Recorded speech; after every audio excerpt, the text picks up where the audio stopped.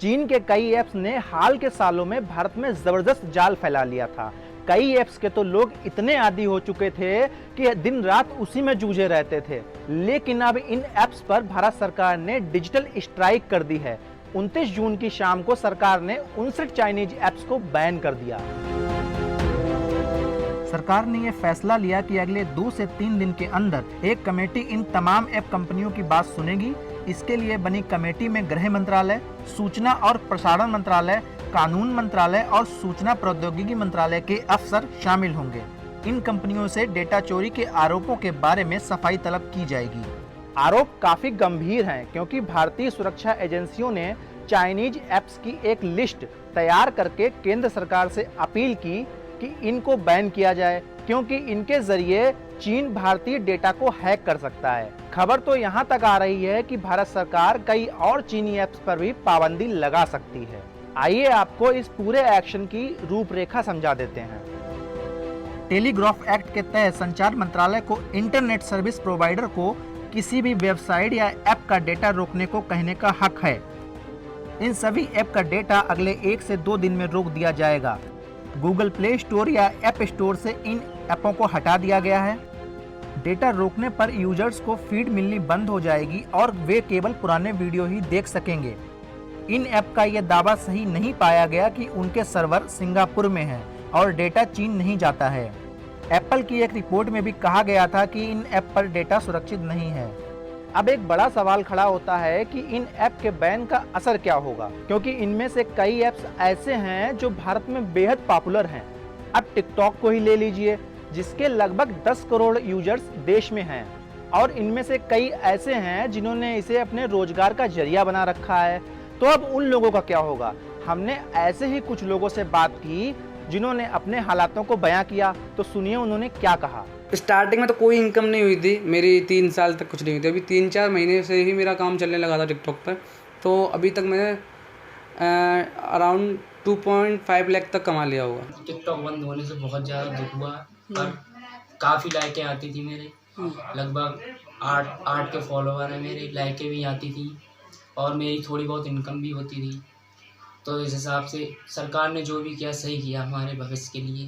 जहाँ भारत की बात आती है तो वहाँ हमारे लिए टिकटॉक कुछ भी नहीं है। रही बात टिकटॉक की, तो हम आम इंसान लोगों ने ही टिकटॉक को उस लेवल तक पहुँचाया था जहाँ वो आज था।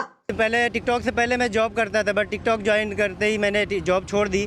तो अभी एक इनकम का साधन टिकटॉक ही था, और देखेंगे अब कोई दूसरा रास्ता बनाएंगे। कितने फॉलोवर थे और कितनी इनकम थी आपकी? हमारे फॉलोअर्स 22 लाख करीब हैं टिकटॉक पे, 2.2 मिलियन, और इनकम के मंथली में यही कोई 30 से 40 हज़ार अभी मैं स्टार्टिंग में कमा रहा था। हाँ, ये है कि टिकटॉक के थ्रू मुझे बहुत सारे प्रमोशनल वीडियोस के चांस मिले, ऐड शूट भी।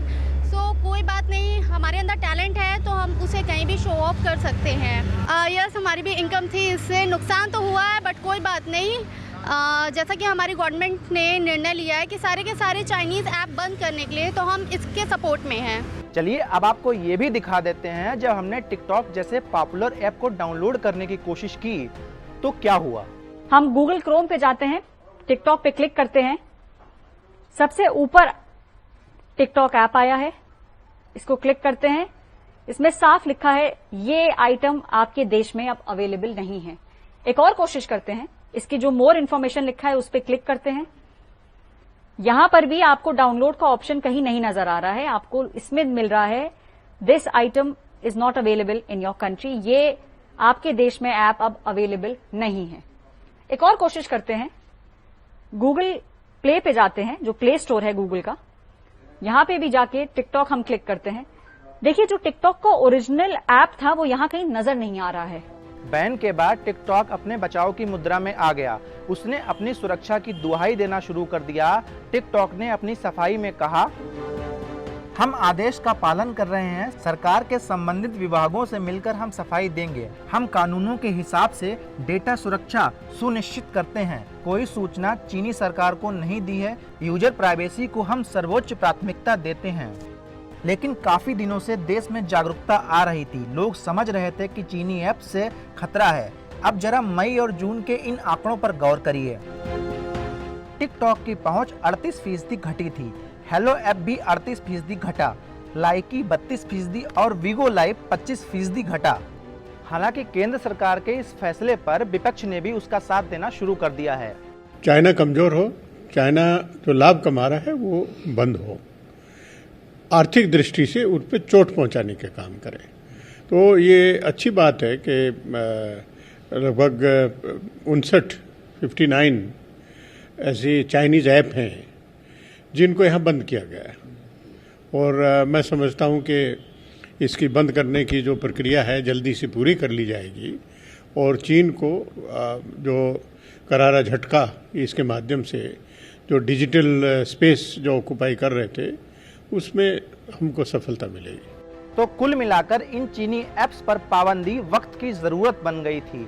खतरों की बात पहले भी जानी और समझी जा रही थी, लेकिन सरकार ने एक झटके में एक्शन लेकर उसे खत्म कर दिया। और सरकार ने बता दिया कि जब बात देश की सुरक्षा और अखंडता की होगी तो कोई भी नरमी बरती नहीं जाएगी।